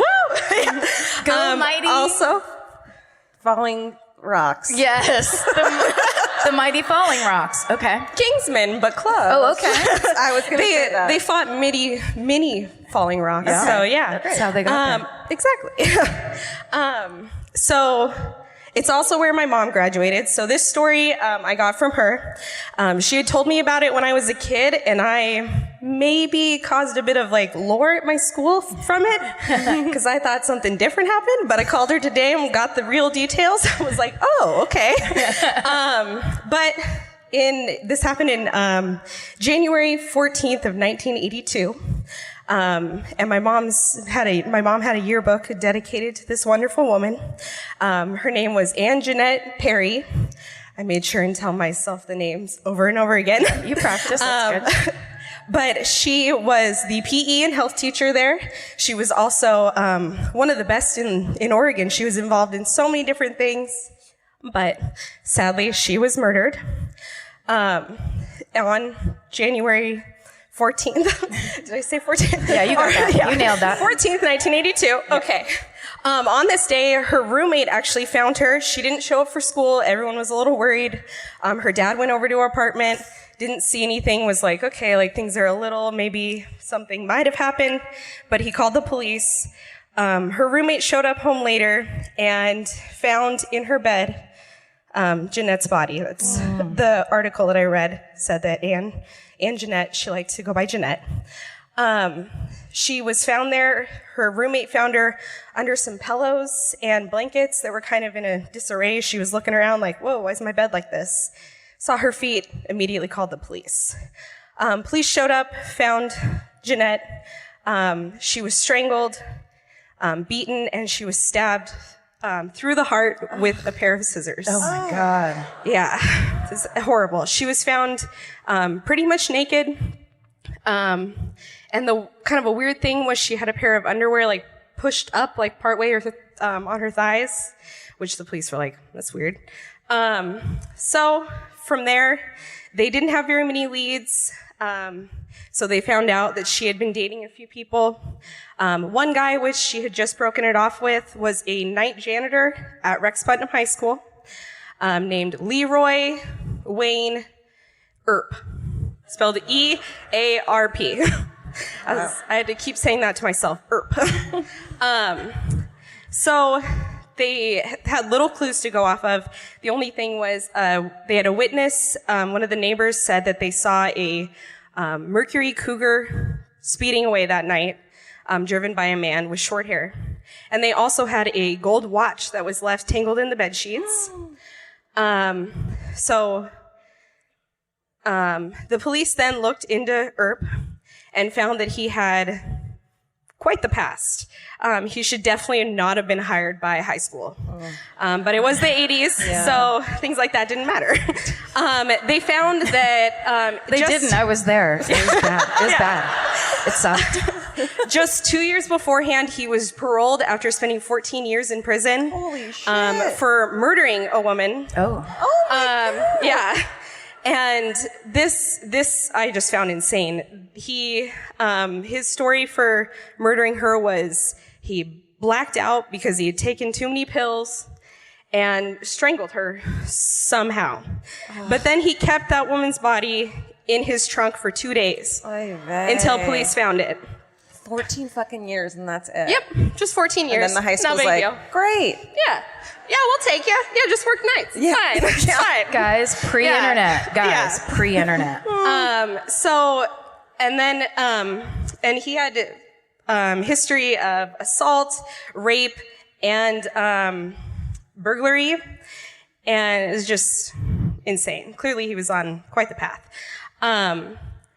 So then, a couple days before Jeanette was murdered, she had actually confronted him and was like, hey, I kind of heard that you might have been in prison for maybe murdering somebody. And he was like, well, yeah? And she was just like, well, I don't think you should be working here. So with that in mind, it's believed that was part of the motive. Yeah. He saw that his job was in jeopardy.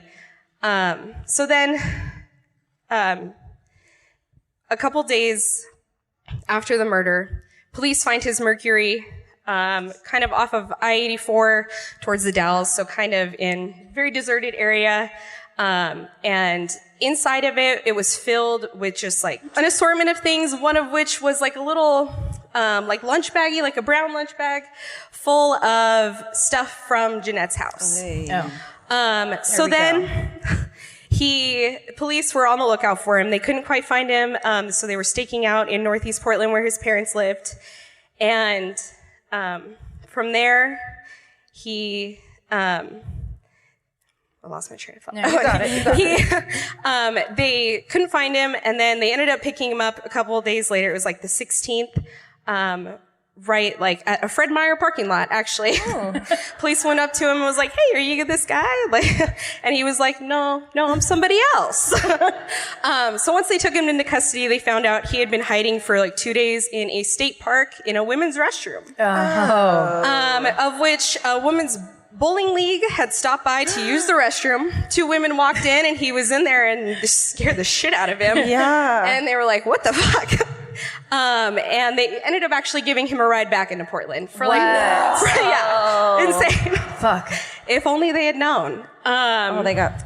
Oy vey. Yeah. Luckily, they were all fine. But police picked him up, and his story was that he had gone to Jeanette's house, seen her body, freaked out, and ran away. Police were like, "Okay, well, why was your watch in bed?" Of which a witness came forward and proved that it was his watch during the trial. He went to trial. He was convicted. He was found guilty by a jury of his peers, even though he pled non-guilty, or not guilty. And he was sentenced to life in prison.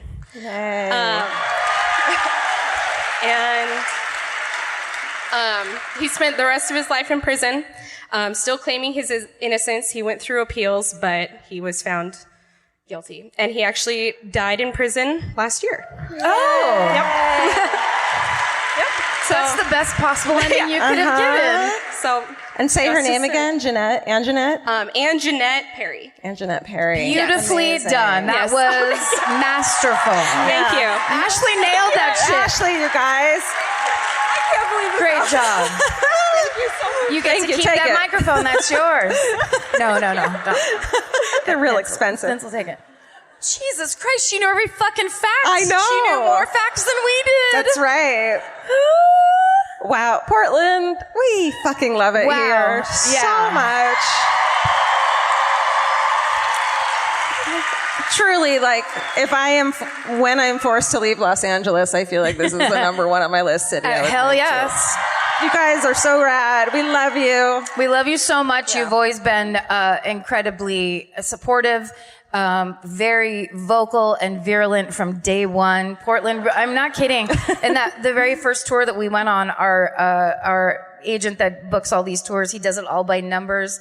And, they have a whole system or whatever. And he's like, "You guys got to go to Portland." That's like one of the first things he said. Yeah. And then we had to do 3 fucking nights of shows because you guys were so angry about the sellouts. And then you gave us a fucking vomit in the aisles. It was amazing. And we were like, hell yes, we're never not coming here. So thank you so much for your support. Thank you for being here and for creating this community. We say this all the time, but we really, really mean it. There's this community that's grown up out of people listening to this podcast. You've all done it for each other and with each other, and you're doing amazing things. And I know that there's a lot of fucked up shit happening in the world right now, but there's some really amazing shit happening in this community. And that's a great thing to hold on to right now. We're voguing together. Let's all vogue on November, whatever this day is you're supposed to vogue. 10th, 7th, 8th? You could probably do it now. 7th. I don't have my glasses on. 7th. I can't count. It's people going like this. Then why did you do... Okay. Don't start I'm blaming fights. her. We show up on November 11th. I've got all my votes tallied. Who'd like to record them? Is that it? Yeah, thanks you guys. We'll see you tomorrow night. Yeah, thank you so much, Portland. So much fun. Stay sexy. And don't murder! Bye, you guys. Thank you.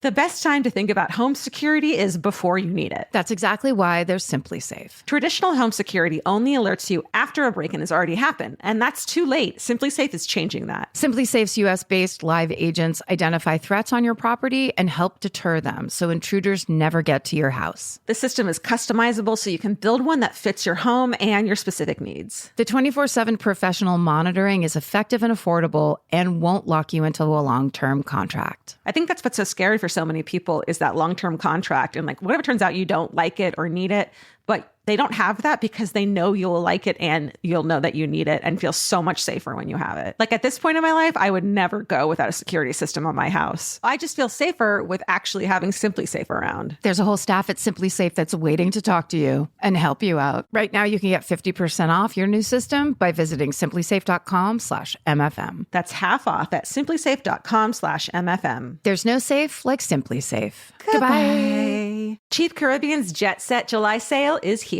Right now, save $200 on vacation packages of 4 nights or more with promo code 200BEACH. Whether you're dreaming of Cancun, Jamaica, or the Dominican Republic, your next vacay just got more affordable. Don't let summer pass you by without the beach. Use promo code 200BEACH and get more sand for your dollar. Head to cheapcaribbean.com today to book your beach vacay. Goodbye.